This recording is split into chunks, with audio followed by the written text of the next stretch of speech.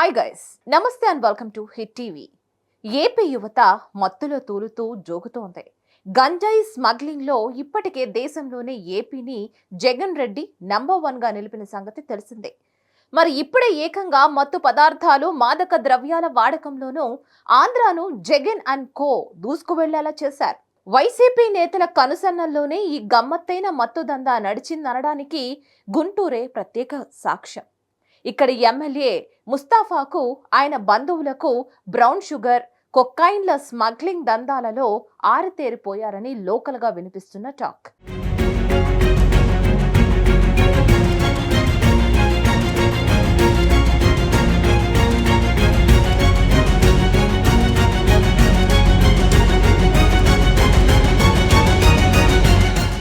మరి ఆ మధ్య బాపట్ల జిల్లా మార్టూరు మండలం బొల్లాపల్లి టోల్ ప్లాజా దగ్గర మేథాసిటమిన్ డ్రగ్ పట్టుకున్నారు పోలీసులు.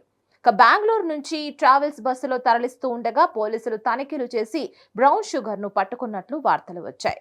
నిజాముద్దీన్ అనే వ్యక్తిని అదుపులోకి తీసుకున్నామని అప్పట్లో పోలీసులు చెప్పినా ఆ కేసు తర్వాత ఏమైందో ఎవరికీ తెలియని పరిస్థితి.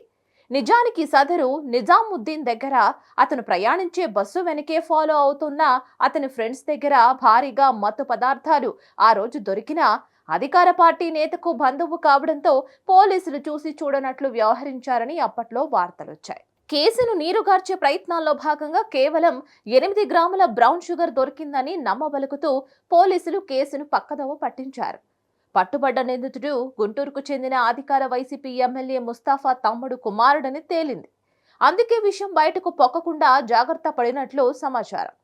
కొన్ని నెలల క్రితం ఇదే వైసీపీ నేత ముస్తాఫా కొడుకు, ప్రముఖ హోటల్ యజమాని కుమారుడు నైజీరియన్ దేశస్థుడితో కలిసి మాదక ద్రవ్యాలను తయారు చేస్తూ స్మగ్లింగ్ చేస్తూ పోలీసులకు చిక్కిన సంఘటన కూడా గుంటూరు స్థానికులకు తెలిసిన విషయమే.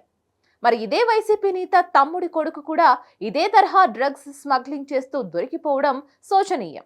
మనిషిని క్రూరుడిగా మార్చే బ్రౌన్ షుగర్ వంటి ప్రమాదక డ్రగ్స్ ని అధికార వైసీపీ నేతలే సప్లై చేయడం అత్యంత దుర్మార్గమని స్థానికులు అంటున్నారు.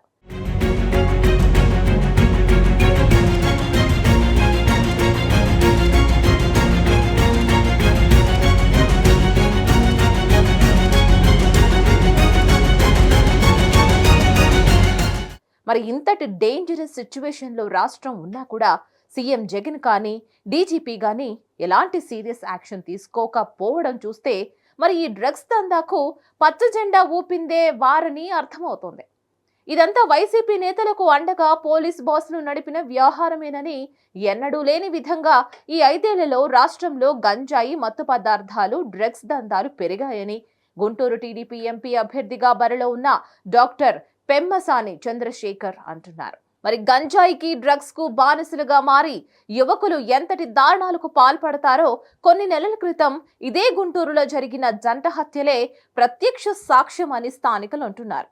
వృత్తిపరంగా డాక్టర్ అయిన పెమ్మసాని తాను గుంటూరు ఎంపీగా గెలిచిన తర్వాత నెల రోజుల వ్యవధిలో ఈ మత్తు పదార్థాల స్మగ్లింగ్, అమ్మకాల దందాలను కూకటి వేళ్లతో పెకిలిస్తానని హామీ ఇస్తున్నారు.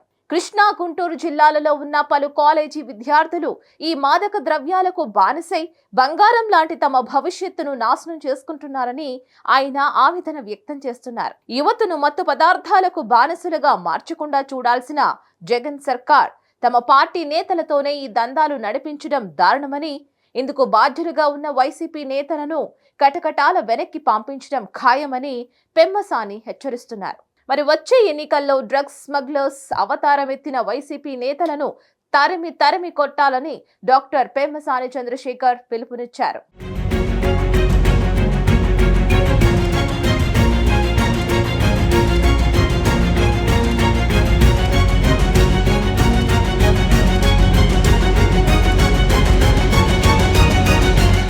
మరిన్ని అప్డేట్స్ కోసం చూస్తూనే ఉండండి హిట్ టీవీ.